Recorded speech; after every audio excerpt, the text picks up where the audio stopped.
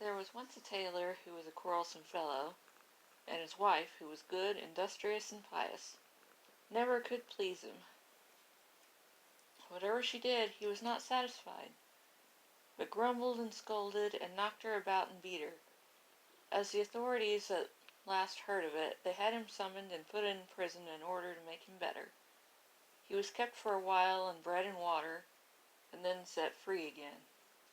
He was forced, however, to promise not to beat his wife any more, but to live with her in peace, and share joy and sorrow with her as married people ought to do. All went on well for a time, but then he fell into his old ways and was surly and quarrelsome. And because he dared not beat her, he would seize her by the hair and tear it out.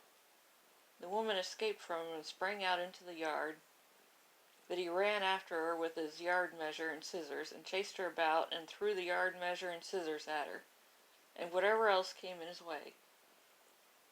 When he hit her, he laughed, and when he missed her, he stormed and swore.